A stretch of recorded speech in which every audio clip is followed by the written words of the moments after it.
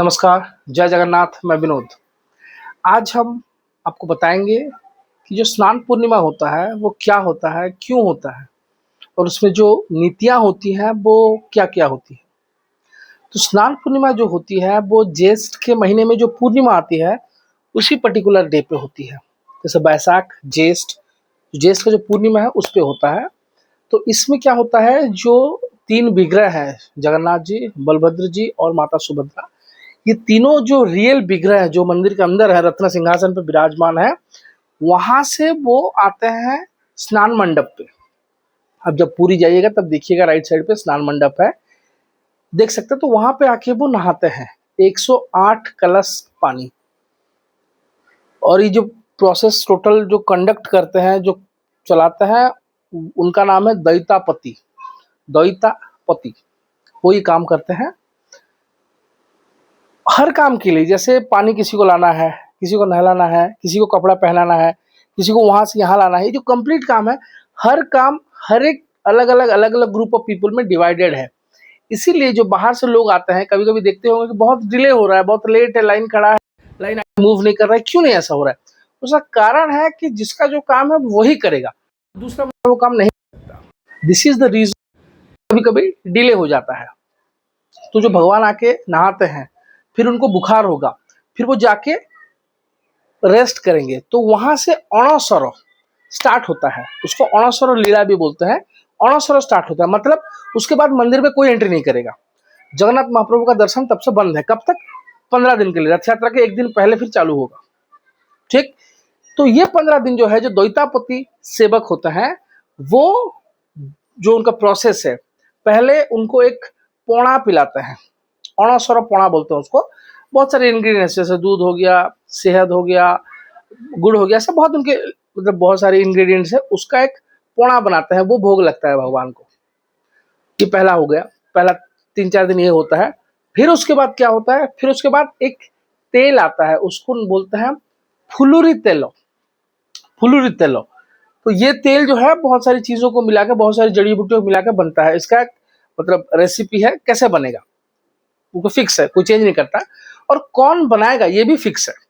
जब आप हिंदू कल्चर में अगर थोड़ा बहुत आपको आइडिया होगा, तो उसमें मठ एक कॉन्सेप्ट, बहुत बड़ा कॉन्सेप्ट है, जहाँ पे बहुत सारे जो भक्त होते हैं या फिर जो बैरागी होते हैं, संसार को त्याग करके, परिवार को त्याग करके आके रह के भगवान का नाम लेना चाहते थे, उनके लिए मठ बनाया गया है।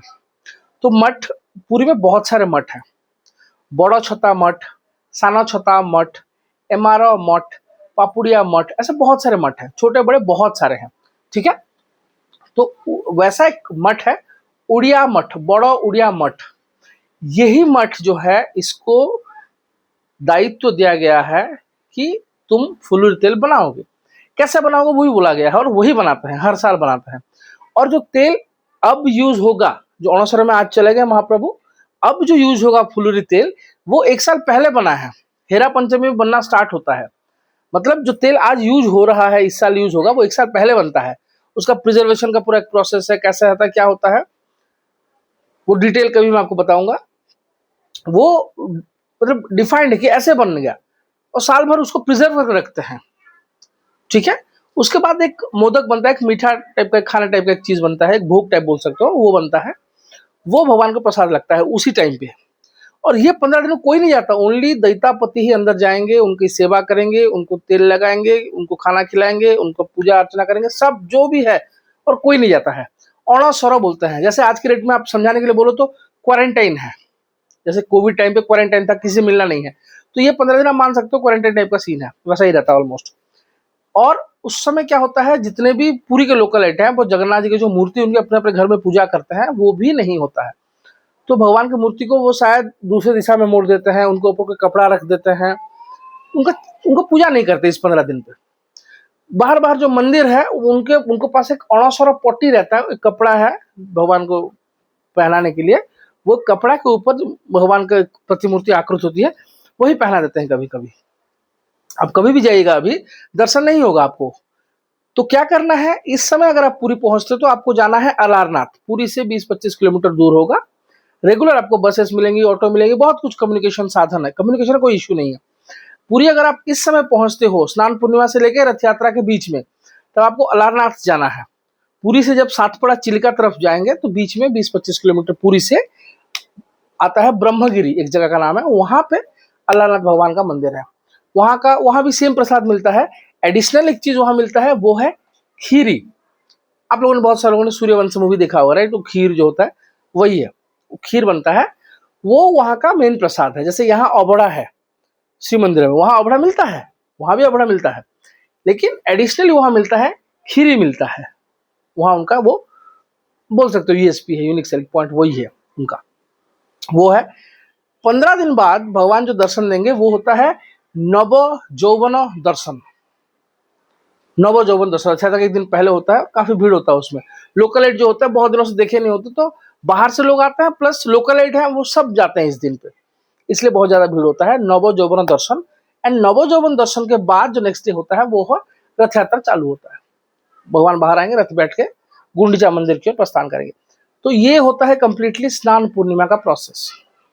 भगवान आएंगे, अंदर से नहाएंगे, 108 कलश पानी नहाएंगे, उनको बुखार होगा, अंदर जाएंगे, अंदर रेस्ट करेंगे 14-15 दिन। ओनली दैतापतिज आर अलाउड, और कोई नहीं जा सकता अंदर।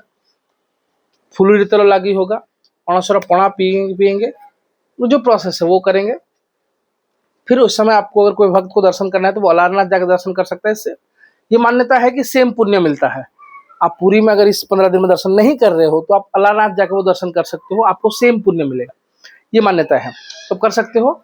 और फिर नवयौवन दर्शन हो सकता है, आप भगवान को दर्शन करो, फिर अगले दिन रथ यात्रा चालू होता है। तो बताइए कैसा लगा आपको इन्फॉर्मेशन। Thank you. जय जगन्नाथ।